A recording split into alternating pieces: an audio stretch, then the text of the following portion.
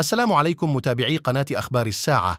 تتعرض القناة يوميا إلى كم هائل من التبليغات أدت إلى الحد من انتشار الفيديوهات. المرجو منكم دعم قناتكم التي تعنى أولا وآخرا بالدفاع عن المغرب وتنوير الرأي العام بكل ما يتعلق به بخطوات بسيطة هي كالآتي: تسجيل الإعجاب بالفيديو، الاشتراك في القناة، وتفعيل التنبيهات، ثم التعليق على الفيديو، وشكرا. Il devait convoquer, il devait tenir un discours devant les deux chambres du Parlement. Il y a le Conseil de la Nation, le Sénat, l'équivalent du Sénat, et le Parlement. Ça a été reporté au 25 décembre 2023. Pourquoi? Parce que, au cours de pendant cette période-là, il n'y avait pas, Abdelmadjid Tebboune n'avait pas obtenu le soutien des services de renseignement et de l'armée. Et même des membres de son entourage, lui dit c'est pas possible avril. Avril, ça sera pas possible. Mais lui, il voulait en décembre, le 19 décembre 2023, il voulait créer la surprise en annonçant devant les parlementaires, dans un discours retransmis en direct, et il voulait dire au peuple algérien, préparez-vous, on doit revenir au calendrier d'avril.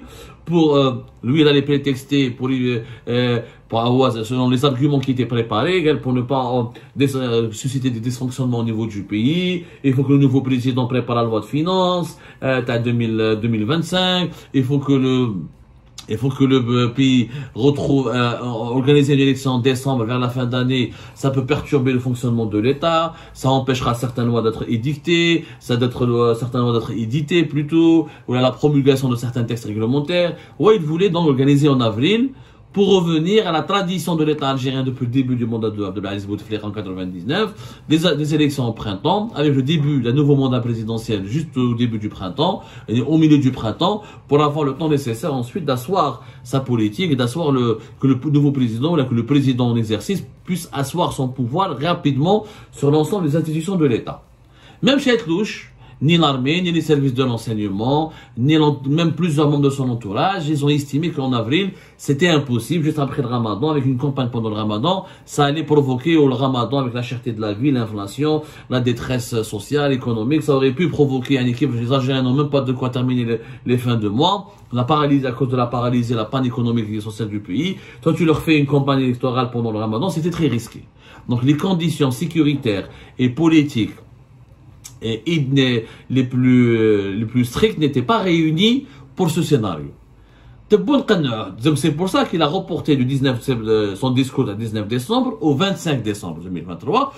Il a changé d'orientation. Il a annulé cette décision-là d'organiser ou d'annoncer le report des élections présidentielles. D'ailleurs, ce jour-là, comme par hasard, le discours n'était pas en direct. En direct pour éviter une erreur. Le pouvoir algérien, son entourage, comme l'armée, comme les services de sécurité, les services de renseignement notamment, avaient peur que Tebboune glisse, se trompe, ou il laisse échapper une pensée, ou une déclaration, ou un propos qui allait être mal interprété, en relançant l'idée des élections présidentielles anticipées pour avril. Déjà, c'est le mois de décembre, début de l'année, quand on a commencé début de l'année de 2024, c'est là l'idée Tebboune a abandonné le projet d'une élection présidentielle anticipée pour miser sur un autre scénario qui est le report tout court des élections présidentielles. En déclarant l'état de siège, l'état d'urgence, pour une période de 3 mois jusqu'à 6 mois, il voulait organiser des élections présidentielles au milieu de l'année 2025. Vers début de l'année 2025. Ou le Ramadan de 2025. Il y avait plusieurs propositions qui circulaient. Quelqu'un qui disait en février 2025, quelqu'un qui disait avant le Ramadan, juste après le Ramadan, avril, parce que le Ramadan avance, début avril 2025. Pour cela, il fallait un prétexte sécuritaire pour décréter l'état d'urgence, et le prétexte était les tensions aux frontières du pays avec le Mali, avec les opérations militaires de l'armée malienne contre les groupes rebelles Touareg juste à la frontière de l'Algérie, et la tension permanente avec le Maroc, parce que plus tard, l'Algérie craint en ce moment que le Maroc annexe directement. Il y a une zone, normalement, il y a un no man's land, il y a une zone normalement dans le cadre de l'accord de paix entre le Polisario et le Maroc de 1991. Il y a une zone qui est pacifiée, qui normalement elle n'est ni contrôlée par les milices du Polisario, ni par l'armée marocaine. cette zone, une sorte de zone de paix internationale, un no man's land comme ça, aucune autorité, aucune organisation, aucune entité n'exerce son autorité. Il y a le Maroc qui a envie d'annexer cette zone. Ce qui renforcerait le pouvoir militaire du Maroc et son contrôle absolu du Sahara occidental, et ce qui aurait pu créer des affrontements encore plus intenses avec le Front Polisario. Et l'Algérie voulait utiliser aussi cet argument, le régime algérien voulait utiliser cet argument, la zone tampon. Voilà, on appelle ça de zone tampon. La zone tampon, on a parlé tout à l'heure dans une autre émission pour vous expliquer comment ce scénario provoque énormément de spéculation à Alger comme à Rabat. C'est-à-dire la zone tampon, normalement, aucune manœuvre militaire ne devait avoir, aucune manœuvre militaire ne doit avoir lieu. Voilà, c'est pas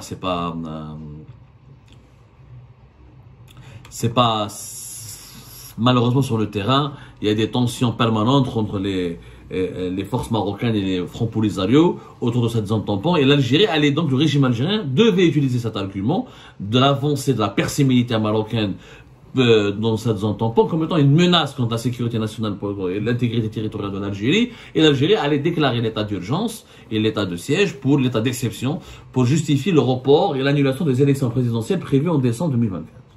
Mais ce scénario te fraîche. Parce que nous l'avons révélé. Quand nous l'avons révélé, il y a eu les médias internationaux nous ont suivis, que ce soit les médias arabophones ou les médias ou la francophone. La classe politique, elle a été désemparée. Mais tout finalement, l'entourage de Tebboul, même chez que ce soit l'état-major de l'armée ou le quartier général de la présidence, pas les présidentielles de Mouradia, ils ont vu que ce scénario a créé une véritable panique au sein de la population et qu'il risque de créer des problèmes avec les partenaires étrangers du pays, avec les puissances étrangères. Parce que cela, si tu déclares l'état d'exception, ça veut dire que tu es proche de la déclaration de l'état de guerre contre le Maroc.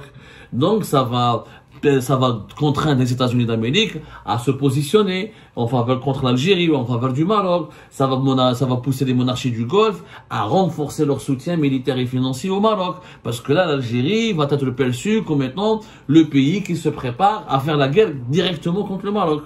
Déclarer l'état d'urgence et l'état d'exception à cause de ce qui se passe dans le Sahara occidental, cela signifie clairement que nous sommes dans une situation quasiment de déclaration de guerre contre le Maroc. Vu que c'est un scénario très dangereux, qui pourrait faire basculer toute la région du Maghreb dans une phase de tension totalement incontrôlable, et les révélations que nous avons faites, et leur médiatisation, et leur impact sur l'opinion publique nationale et internationale, et là, Abdelmajid Tebboune et son entourage ont été mis sous pression. Leur deuxième scénario est tombé à l'eau. Donc ils ne peuvent pas reporter les élections. Ils ne peuvent pas utiliser le prétexte. C'est pour ça que le 27 février, ils ont réagi avec beaucoup de violence et de virulence parce qu'on a touché un point. On a mis le doigt, ou là, on a mis la main, on a mis le doigt là sur la véritable, on a remué le couteau dans la plaie. Et on a mis le doigt là où ça fait mal. Allez sur leur combine pour essayer de reporter ou d'éloigner le maximum possible l'échéance électorale. Toujours, leur but, leur obsession, c'est d'organiser les élections dans un contexte de contrôle absolu. Quand tu déclares l'état d'urgence, il n'y a pas de manifestation, rien n'est toléré. Le risque, quand tu parles de risque d'une guerre avec le voisin marocain, tu fais peur à la population. Donc les opposants, ils peuvent pas relancer le Hirak, les gens ne peuvent pas faire de grève, on peut pas organiser des activités d'opposition politique quand son pays se dit qu'il risque potentiellement d'entrer en guerre contre le Maroc. Même chez le chef c'était très dangereux, surtout que l'ambassade des États-Unis, les États-Unis d'Amérique ont changé d'ambassadeur, ils vont ramener un ambassadeur qui est beaucoup plus dur que l'actuelle ambassadrice et qui a lui-même travaillé spécialement et qui est un grand connaisseur du dossier algéro-marocain. Chef oublié la Russie ne s'intéresse plus à l'Algérie, parce que le régime algérien fait des calculs, il dit que si je déclare l'état d'urgence, quand la guerre commence réellement, et s'il y a des escarmouches avec l'armée marocaine, à ce moment-là, les Israéliens vont soutenir le Maroc, et ça va s'embraser, les Émiratis vont soutenir le Maroc. Avec le Mali, on a de gros problèmes, où les Maliens, ils risquent il y a un embrasement général. C'était des tensions militaires concrètes, visibles et perceptibles entre l'Algérie et le Maroc pourraient embraser toute la région du Maghreb et du Sahel, avec les mauvaises relations que nous avons avec le Mali, et le soutien militaire russe aux Maliens, et le soutien et l'éloignement, la prise de distance entre Moscou et Alger. Le régime algérien, il a peur que d'un scénario où il est totalement isolé, entouré d'ennemis, donc il ne pourra pas supporter l'effort d'une guerre. Surtout que ce scénario ne fait pas consensus. La population algérienne, vous savez, les décideurs algériens, ils ont des rapports. On appelle des bulletins de renseignement quotidiens, ils ont des notes de conjoncture, ils ont des synthèses. Ils essayent de comprendre ce que ressent la population algérienne chaque jour. Et le scénario d'une guerre contre le Maroc ne fait pas l'unanimité. Aucun Algérien n'a envie de faire la guerre. Comme aucun Marocain n'a envie de faire la guerre. Les Algériens, ils ont envie de se nourrir correctement, ils ont envie de se loger correctement, de se soigner correctement. Ils ont déjà vécu la guerre civile des années 90. Ils veulent la paix, ils veulent la prospérité. Ils cherchent la prospérité, ils cherchent pas la guerre. Donc, le scénario d'une guerre pourrait fragiliser plus dangereusement le régime algérien. Ou que j'avoue les révélations, on les ont mis dans nos révélations les ont encore fragilisées davantage parce que ça a jeté le discrédit sur leur scénario et ça a fait fuiter leur manœuvre dangereuse. Donc ils ont abandonné cette idée. Au cours du mois de mars, ils ont travaillé en urgence ils sont revenus vers le scénario initial qui est le retour vers des élections présidentielles anticipées. Comme ce n'était pas possible de les faire en avril, la Tebboune a opté avec ses conseillers, ils ont fait un scénario d'urgence, c'était septembre. 7 septembre, en profitant de la saison estivale, juste au début, avant la rentrée sociale, avant la rentrée scolaire, avant la rentrée universitaire, une campagne électorale en plein été. S'il y a nécessité, ils vont voir, Abdelmadjid Tebboune ne va pas déclarer son intention de briguer un deuxième mandat jusqu'au mois de mai, peut-être même jusqu'au milieu du mois de mai. Il va tarder et il va prendre beaucoup de son temps pour plonger, pour faire douter ses opposants, pour empêcher que toute personnalité crédible, solide de présenter son dossier de candidature, parce que tous les autres opposants, même parmi les personnalités qui sont les anciens classiques du système, là les anciens, genre la Mamara, Benflis, Mouloud Hamarouche, personne ne va se représenter, ou personne ne va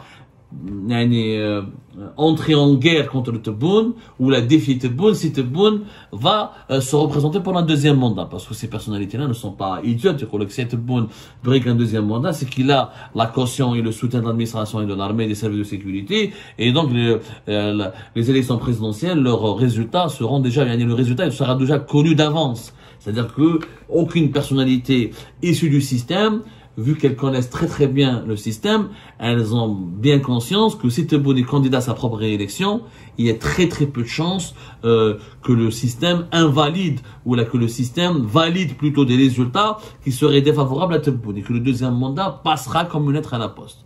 En plus, en plein été, en pleine une campagne électorale en plein mois d'août, 7 septembre, c'est très proche. Pas à 7 ans, comme pour avril 2024, septembre 2024, avec l'annonce qui a été faite le 21 mars, les personnalités politiques algériennes, les plus crédibles, les plus solides, ne pourraient pas avoir suffisamment de temps ni de marge de manœuvre pour peaufiner, achever les préparatifs de leur dossier de candidature. Donc, c'est comme ça que l'idée, je te fais un mot, l'élection présidentielle anticipée à 7 septembre, a germé dans les esprits de l'entourage de Tebboune, en concertation et avec la complicité de Saïd Chenguelia. Saïd Chenguelia a été associé dans cette prise de décision en permanence. Chenguelia a dit non pour l'avril, il a accepté le 7 septembre parce que lui-même veut un deuxième mandat de Tebboune. Chenguelia est l'un des partisans les plus actifs, les plus fervents d'un deuxième mandat parce qu'il sait très bien que ça l'arrange. Si Tebboune se maintient au pouvoir, il pense que lui va se maintenir au pouvoir. Est-ce qu'il a raison? On en reparlera plus tard dans cette émission spéciale que nous allons consacrer à Saïd Chenguelia. Moi, je pense qu'il a tort. Je pense qu'on est neuf d'obé facilement. Mais Saïd Chenguelia, il a établi toute sa stratégie sur la base du deuxième mandat. Et même au plus haut sommet de l'État, au plus haut sommet du pouvoir algérien plutôt, parce que je parle plus de pouvoir que d'État, parce qu'on a l'État, c'est des institutions, le pouvoir, c'est un groupe de personnes et de lobbies. Au plus haut sommet du pouvoir algérien, il n'y a pas de volonté de changer Abdelmadjid Tebboune. On estime que le contexte international actuel, le contexte géopolitique, les tensions qui sont à nos frontières, les crises extérieures, l'insécurité mondiale qui a commencé, qui s'aggrave depuis la guerre en Ukraine et depuis le début de la guerre à Gaza, n'est pas un contexte favorable pour une transition. même si cette transition pourrait être pacifique en Algérie, il vaut mieux garder ne pas toucher au commandement actuel jusqu'à ce que on puisse trouver un contexte plus apaisant pour une transition politique, pour une nouvelle alternance, pour une véritable alternance au niveau du pouvoir présidentiel. Donc il n'y a pas de conviction profonde. Ceci dit, il n'y a pas de consensus aussi sur la modalité du deuxième mandat d'Abdelmajid Tebboune. Saïd Cherni le veut à tout prix, mais dans son entourage, ça ne veut pas dire qu'il doit être exécuté et réalisé à n'importe quel prix, ou là, sans qu'il y ait quelques changements. Et malheureusement, malheureusement, en ce moment, l'armée n'est pas très politisée. On reviendra là-dessus, comment l'armée a été hyper fragilisée, affaiblie politiquement. Mais au sein des services de renseignement, comme au sein de l'armée, il y a aussi des voix, il y a aussi des courants qui sont totalement opposés au deuxième mandat de Tebboune, mais c'est des courants qui n'ont pas de solution à proposer non plus. Ils n'ont pas envie de l'éjecter. Ils disent que si Tebboune ne fait pas de deuxième mandat, ça veut dire que c'est l'armée qui l'a éjecté, ça va discréditer, ça va affaiblir le régime, et ça pourrait peut-être, au moins toujours ils ont peur d'une explosion de la colère populaire. Et ils ont envie de faire une transition, mais entre eux. Ils n'ont pas envie qu'une transition soit dictée, comme en 2019, par un mouvement de contestation populaire d'une grande ampleur comme celui du Hirak. Voilà leur obsession aussi. C'est que les choses doivent être, c'est que les changements doivent être dictés par une feuille de route tracée par les courants, par les composants du régime. Il ne faut pas qu'il y ait une pression externe qui doit leur dicter la nécessité ou l'obligation de procéder à des changements. Moi, ils veulent se montrer toujours les plus forts, les plus souverains, les plus inflexibles. C'est à nous de choisir la direction vers laquelle on doit se diriger le pays. Ni les pressions externes, ni les pressions. Ils sont prêts naturellement, ils sont davantage prêts à composer avec la pression externe, celle qui sera exercée éventuellement par les puissances étrangères ou par des partenaires étrangers du pays, mais ils refuseront toujours de composer avec la pression interne. Quand ce scénario il est tombé à l'eau, parce que nous l'avons révélé, parce que nous l'avons déploré, parce que nous l'avons dénoncé, parce que nous l'avons mobilisé l'opinion publique, parce que nous avons poussé, contraint les autres personnalités politiques à s'exprimer sur ce sujet, à mettre en garde contre les dangers potentiels de ce scénario. Ils ont abandonné cette piste. Mais la première piste, il faut savoir qu'au sein du régime algérien, l'idée d'organiser une élection anticipée était le premier scénario avant qui a été classé prioritaire ou qui a été privilégié par les officiers du régime algérien, avant le scénario du report des élections présidentielles, de l'annulation des élections présidentielles, du report des élections présidentielles. Au départ, ils ont pensé à organiser une élection présidentielle anticipée. Sauf que l'objectif du départ n'a pas pu être concrétisé parce qu'il n'y avait pas de consensus sur la date initiale que Tebboune et son entourage avaient choisi pour organiser une élection présidentielle anticipée. Au départ, Tebboune voulait une élection présidentielle anticipée fin avril, c'est-à-dire le mois prochain, juste après l'Aïd. C'était ça son idée, l'idée elle a commencé vers le dernier trimestre de l'année 2023. Depuis octobre, à partir d'octobre 2023, Tebboune et son entourage ont élaboré une stratégie, ont élaboré un scénario qui devait permettre au pays d'organiser une élection présidentielle fin avril 2024, parce qu'Abdelmajid Tebboune voulait revenir vers le calendrier d'avril, et il voulait l'organiser le plus rapidement possible pour empêcher les adversaires les plus sérieux de monter des dossiers, pour monter des dossiers solides et de se présenter aux élections présidentielles. Donc, il allait casser la concurrence, il allait empêcher ses adversaires de participer à cette élection, parce que du jour au lendemain, tu leur dis, allez, dans 3 mois, une élection présidentielle anticipée. Les partis politiques de l'opposition ne se sont pas structurés, il faut ramener des signatures, il faut trouver des financements, il faut monter des équipes de campagne, il faut faire du lobbying, il faut trouver des militants, il faut mobiliser la base militante. Donc, ça, c'est un travail qui doit se faire au moins 6 mois. Pour préparer une véritable candidature et pour s'engager dans une élection présidentielle, c'est au moins 6 mois de travail et d'acharnement et d'organisation et de détermination. Donc Tebboune voulait prendre tout le monde de court, disant voilà, on doit revenir au calendrier d'avril, il y a des menaces, il y a des problèmes, on ne peut pas attendre la fin d'année, et il vaut mieux, son objectif initial c'était d'organiser les élections fin avril. Mais comme dans ses pourparlers avec Saïd Cherni, le patron de l'armée, il lui a dit, écoute, c'est pas possible. Il lui a pas dit non. Saïd Chengheliha, parce qu'on va parler de Saïd Chengheliha plus tard. On est en train de recouper certaines informations pour parler de la personnalité de Saïd Chengheliha et de son rôle et de sa place et de son positionnement actuel très problématique pour l'avenir du pays, son positionnement actuel dans le calcul, dans les prises de décision d'Ahmed Majid Tebboune par rapport aux élections présidentielles de 2024. Saïd Chengheliha m'a dit non, c'est impossible, brutalement. On ne peut pas, monsieur le président. D'abord, il y a le Ramadan qui se termine donc pratiquement 10 ou la 11 avril. Ce sera deuxième semaine d'avril, ce sera l'Aïd. Juste après avril, après l'Aïd, ça va être compliqué de l'organiser. On ne peut pas faire une campagne électorale pendant Ramadan. Le pays sera totalement paralysé. En plus, lui, il n'était pas prêt. En tant que chef de l'armée, il lui a demandé du temps. Je dois absolument veiller sur l'unité des troupes, garantir la cohésion de l'institution, éviter qu'il y ait des querelles, éviter mater une éventuelle rébellion ou des voix contestataires qui peuvent s'élever pour dire non au deuxième mandat. Et lui, on a besoin de temps. On ne peut pas. L'organiser en avril, ce n'est pas possible. Et ça peut créer des problèmes, des polémiques, ça peut créer des tensions au niveau de la communauté internationale qui vont se poser des questions. Et organiser une élection présidentielle de 6 mois avant la fin du calendrier, avant la fin du mandat d'Ahmed Majid Tebboune, c'était un pari très risqué.